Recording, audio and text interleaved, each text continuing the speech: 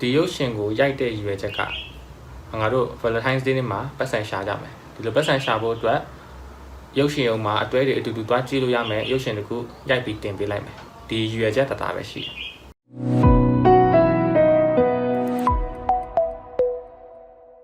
အားလုံးပဲမင်္ဂလာပါကျွန်တော်နာမည်ကတော့ Morris ပါကျွန်တော် channel ကနေပြန်လည်ကြိုဆိုလိုက်ပါတယ်ဒီတစ်ခါမှာလည်း Valentine's Day နေ့မှာရုပ်ရှင်တွေအများကြီးထွက်တဲ့ထဲကဒီ horror slasher romance ရုပ်ရှင်တစ်ခုကို review လုပ်ပေးခြင်းနဲ့ရုပ်ရှင်နာမည်က Hard Eyes ဒီရုပ်ရှင်ကအခြားသော horror icon တွေလိုမျိုးလူတွေမှတ်မိလွယ်မဲ့ရုပ်ရှင်မျိုးတော့မဟုတ်ဘူး horror icon လို့ပြောလိုက်တဲ့အခါမှာ Scream, Halloween, Texas Chainsaw စသဖြင့်ဇာတ်ကောင်ကြီးတွေရှိပေမဲ့လည်းဒီဇာတ်ကားကငွေချူယုံတက်တက်မို့လို့အလောက်ထိရင်တဲ့ရောက်သွားစေမယ့်ရုပ်ရှင်မဟုတ်ဘူးရုပ်ရှင်တွေယုံတင်တဲ့အခါမှာလည်းသူက season ဆိုတာရှိကြတယ်ဘယ်ချိန်ခါမှာတင်မယ်ဆိုရင်ဒီရုပ်ရှင်ကိုလူတွေကြည့်မယ်ဒီအချိန်မှာမတင်လိုက်ရင်ဒီရုပ်ရှင်ကလူတွေကြည့်တော့မှာမဟုတ်ဘူးဒီလိုမျိုးစီးပွားရေးဆန်ဆန်ရုပ်ရှင်ထုတ်လုပ်နေကြတဲ့ရုပ်ရှင်တွေဆိုတာလည်းရှိတယ်ဆိုတော့ရုပ်ရှင်ရာသီလို့ပြောမယ်ဆိုရင်အဓိက Christmas, Halloween နဲ့ Valentine ဒီအချိန်၃ခုကတစ်နှစ်တာလုံးမှာသူတို့နဲ့သက်ဆိုင်တဲ့ရုပ်ရှင်တွေအများဆုံးထွက်တယ်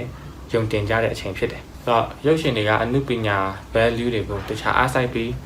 Oscar လိုမျိုးတန်းတွေမှာဝင်ပြိုင်နိုင်ဖို့အတွက်ထုတ်တဲ့ရုပ်ရှင်ရှိသလိုပတ်စံရအောင်တက်တက်စီးပွားရေးဆန်ဆန်ထုတ်တဲ့ရုပ်ရှင်တွေလည်းရှိတယ်။နှစ်ခုလုံးကမှားရတော့မဟုတ်ဘူး။ဘယ်လိုရည်ရွယ်ချက်နဲ့ထုတ်တည်ဖြစ်ပါစေ။ကိုယ့်ရည်ရွယ်ချက်ကိုတကယ်ပဲရောက်အောင်ဖြည့်ဆည်းပေးနိုင်တဲ့ရုပ်ရှင်ဆိုရင်ပြည်သက်ပေါ်စင်တာရှိတယ်လို့ပြောလို့ရတယ်။ဒီရုပ်ရှင်ကအမှုပညာဖန်တီးမှုပိုင်းမှာမပါသလိုတစ်ဖက်ကဖြော်ပြေးပေါ်မှာလည်းစေတနာကယော့နေပြန်အောင်ဇလန်အချင်းအနေနဲ့ကဒီနှစ်စဉ်နှစ်တိုင်း Valentine's Day ရောက်ပြီဆိုရင်ဒီ Hard Eyes ဆိုတဲ့ serial killer ကစိတ်တစားလူသက်သမားကဇုံဘဲတွေကိုဒီပြည်နယ်တွေမြို့တွေမှာလိုက်တက်ဖြတ်ပြီးတော့နာမည်ကြီးနေတယ်ဆိုတော့ Valentine's Day ရောက်တိုင်း American ပြည်သူတွေကကြီးလန်းစာစားနေရတဲ့ဘဝရောက်နေရပေါ့နော်အဲ့ဒီချိန်မှာကြောက်မြတ်ရတနာကုမ္ပဏီတစ်ခုမှာအလုပ်လုပ်တဲ့ Ellie ကသူ့ရဲ့ရီစာ calling နဲ့လောလောလတ်လတ်ပြတ်ထားတယ်အဲ့ဒီချိန်မှာပဲ Valentine's Day ရာသီ marketing campaign တစ်ခုကို run ဖို့အတွက်သူ့မှာတာဝန်ကျလာတယ်ဆိုတော့သူနဲ့တူတွဲလုပ်ရမှာက company ရဲ့ advertisement consultant Jay နဲ့ဖြစ်တယ်ဆိုတော့ဒီနှစ်ယောက်က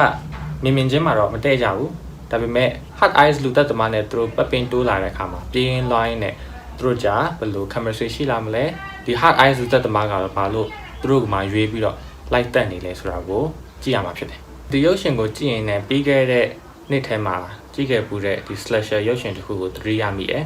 ရုပ်ရှင်နာမည်က Thanksgiving သူကကြတော့ဒီ Thanksgiving ရာသီအတော်အတွင်းမှာယုံတင်ခဲ့တဲ့ရုပ်ရှင်သူကလည်း slasher မျိုးစားပဲလူသက်သမားဘယ်သူလည်းမသိရဘူးအဆုံးမှာမှလူသက်သမားကိုသိပြီးတော့သူ့ရဲ့ရည်ရွယ်ချက်ကဘာလဲဆိုတာကိုသိရတဲ့ရုပ်ရှင်မျိုးဒီနှစ်ခုကပုံစံဆင်တယ်ဒါပေမဲ့ Thanksgiving ကဘယ်နေရာမှာပို့တာလဲဆိုရင်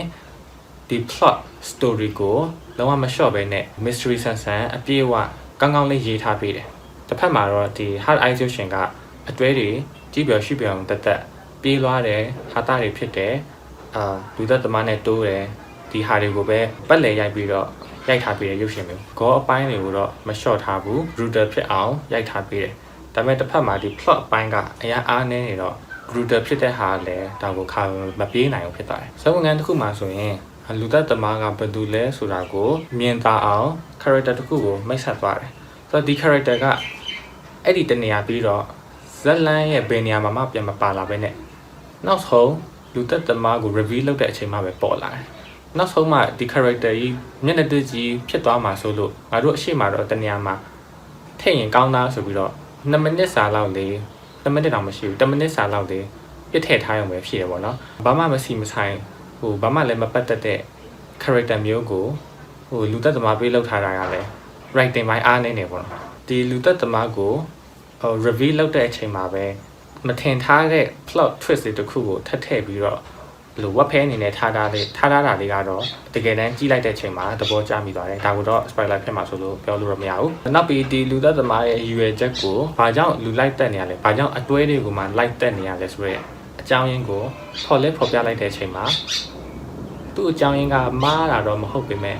မှန်တယ်ဒါပေမဲ့ဒီထက်ပိုပြီးကောင်းတဲ့အကြောင်းရင်းတစ်ခုကိုမျှော်လင့်ခဲ့ရတော့မှန်တယ်နောက်တစ်ဝန်ခံတစ်ခုမှာဆိုရင်ဒီလူသက်သမားကလူအုပ်ကြီးတဲ့ရောက်သွားပြီးတော့သူစိတ်တိုင်းကြလိုက်တက်ဖြတ်ခွင့်ရတဲ့အထိ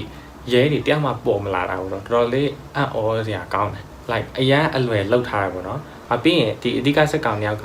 သူတို့ကြောင့်လူတွေတည်နေရတယ်ဆိုပြီးတော့လူသက်သမားရှိရနေရပြီဆိုင်မြမြိုက်ဒဲတို့ပြီးတွားတယ် slow motion နဲ့ဟို heroic ဆန်ဆန်ပုံဖော်ထားတာကလည်းတကယ်ကိုရန်ပေါ်ကားဆန်သွားတယ်ကိုခံပညာလည်းမရှိဟိုဘာမှအတွေ့အကြုံမရှိတဲ့သူတယောက်ကလူတွေအများကြီးတက်ထားတဲ့ serial killer ကိုထိတ်တိုက်သွားရင်ဆိုင်တာကတကယ်ကိုအောချရလောက်တဲ့တက်တီဖြစ်တယ် anyway ဆိုတော့ဒီရုပ်ရှင်ကဒီ horror icon တစ်ခုကိုမိတ်ဆက်သွားပြီမဲ့ရင်ထဲကြံနေစီမဲ့ရုပ်ရှင်မျိုးမဟုတ်ဘူးအပိုင်းနဲ့ဆက်ထွက်ဖို့လဲဟိုဇက်လန်ခင်းထားခဲ့တာမတွေ့ဘူးဒါပေမဲ့ who knows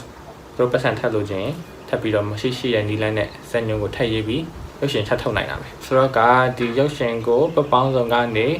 rating သတ်မှတ်ပေးရမယ်ဆိုရင်တော့ rating 3 out of 10ပေးပါတယ်ဟာအဲ့ရုပ်ရှင်ကိုကြည့်ပြီးကြတဲ့သူတွေနဲ့လည်းဒီရုပ်ရှင်ကိုကြည့်ပြီးတော့ဘယ်လိုမျိုးသဘောကျမိတဲ့ချက်တွေမကျမိတဲ့ချက်တွေရှိလဲ comment မှာရေးပါပြီးဖိတ်ခေါ်ပါတယ်ကျွန်တော်ရဲ့နောက်ထပ် review တွေကိုလည်းအချိန်နဲ့တပြေးညီသိနိုင်ဖို့အတွက်ကျွန်တော်ရဲ့ channel ကို subscribe လုပ်ထားကြပါဦးအားလုံးပဲနောက် video မှာပြန်တွေ့ပါမယ်เนาะအားလုံးပဲ safe stay ပါ see you